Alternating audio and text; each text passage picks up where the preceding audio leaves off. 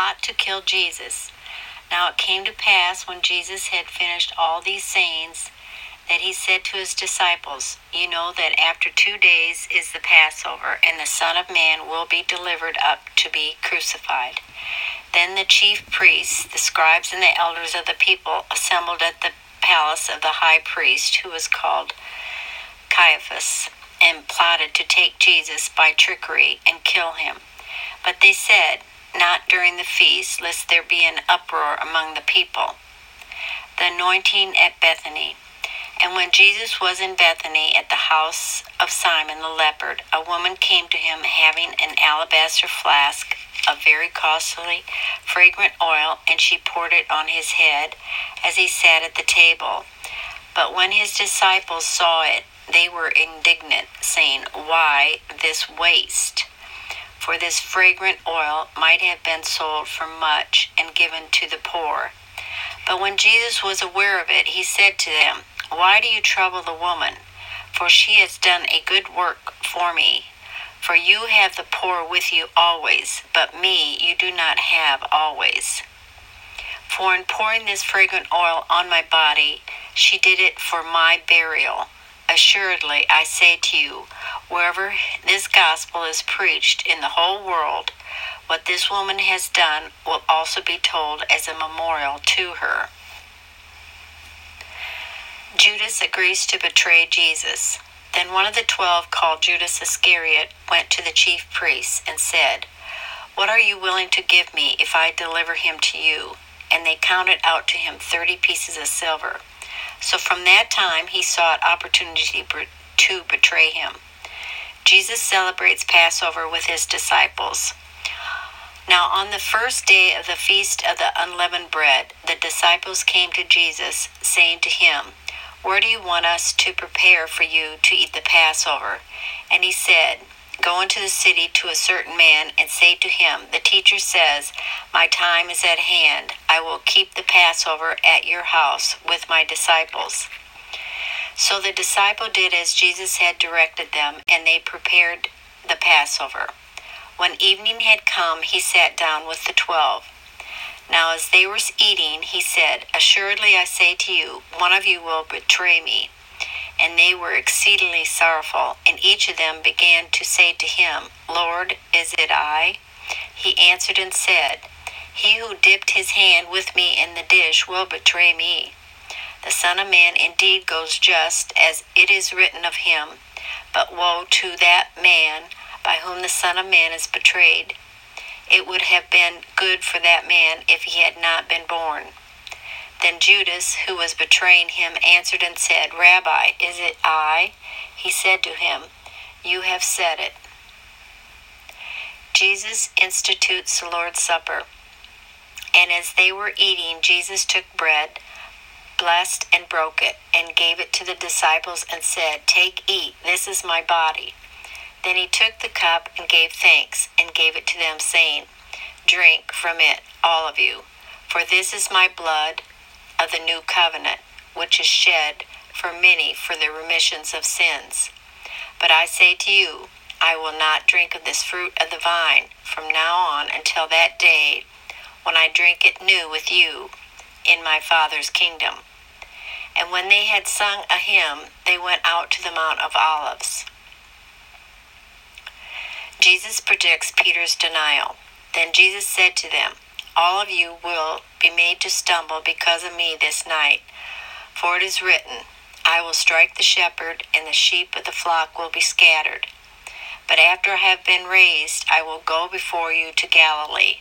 Peter answered and said to him, "Even if all are made to stumble because of you, I will never be made to stumble." Jesus said to him, "Assuredly I say to you that this night, before the rooster crows, you will deny me 3 times. Peter said to him, "Even if I have to die with you, I will not deny you." And so said all the disciples. The prayer in the garden. Then Jesus came with them to the place called Gethsemane, and said to the disciples, "Sit here while I go and pray over there."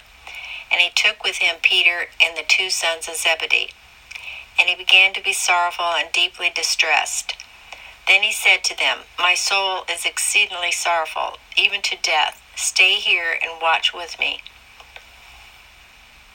He went a little farther and fell on his face and prayed, saying, Oh, my Father, if it is possible, let this cup pass from me. Nevertheless, not as I will, but as you will. Then he came to the disciples and found them sleeping, and said to Peter, What? Could you not watch with me 1 hour? Watch and pray, lest you enter into temptation. The spirit indeed is willing, but the flesh is weak. Again, a second time, he went away and prayed, saying, O my Father, if this cup cannot pass away from me unless I drink it, your will be done. And he came and found them asleep again, for their eyes were heavy. So he left them and went away again, and prayed the third time, saying the same words. Then he came to his disciples and said to them, Are you still sleeping and resting? Behold, the hour is at hand, and the Son of Man is being betrayed into the hands of sinners. Rise, let us be going. See, my betrayer is at hand. Betrayal and arrest in Gethsemane. And while he was still speaking, behold, Judas, one of the 12, with a great multitude with swords and clubs, came from the chief priests and elders of the people. Now his betrayer had given them a sign, saying, Whomever I kiss, he is the one, seize him. Immediately he went up to Jesus and said, Greetings, Rabbi, and kissed him. But Jesus said to him, Friend, why have you come? Then they came and laid hands on Jesus and took him. And suddenly one of those who were with Jesus stretched out his hand and drew his sword, struck the servant of the high priest, and cut off his ear. But Jesus said to him, Put your sword in its place, for all who take the sword will perish by the sword. Or do you think that I cannot now pray to my Father, and he will provide me with more than 12 legions of angels? How then could the scriptures be fulfilled that it must happen thus? In that hour Jesus said to the multitudes, Have you come out as against a robber with swords and clubs to take me? I sat daily with you teaching in the temple, and you did not seize me, but all this was done, that the scriptures of the prophets might be fulfilled. Then all the disciples forsook him and fled. Jesus faces the Sanhedrin, and those who had laid hold of Jesus led him away to Caiaphas, the high priest, where the scribes of his elders were assembled. But Peter followed him at a distance to the high priest's courtyard, and he went in and sat with the servants to see the end. Now the chief priests, the elders, and all the council sought false testimony against Jesus to put him to death, but found none. Even though many false witnesses came forward, they found none.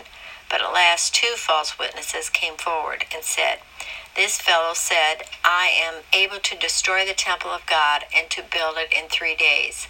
And the high priest arose and said to him, Do you answer nothing? What is it these men testify against you? But Jesus kept silent. And the high priest answered and said to him, I put you under oath by the living God. Tell us if you are the Christ, the Son of God.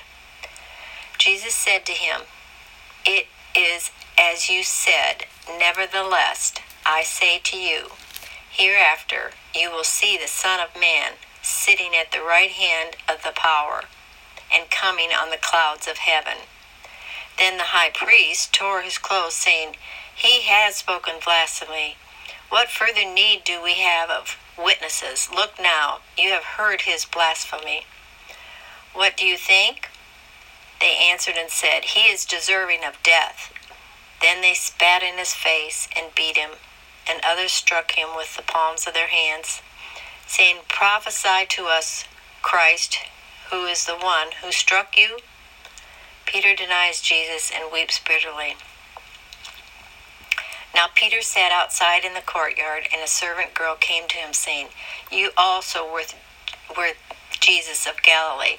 But he denied it before them all, saying, I do not know what you are saying. And when he had gone out to the gateway, another girl saw him and said to those who were there, This fellow also was with Jesus of Nazareth. But again he denied with an oath, I do not know the man. And a little later, those who stood by came up and said to Peter, "Assuredly, you also are one of them, for your speech betrays you." Then he began to curse and swear, saying, "I do not know the man." Immediately a rooster crowed. And Peter remembered the word of Jesus, who had said to him, "Before the rooster crows, you will deny me 3 times." So he went out and wept bitterly.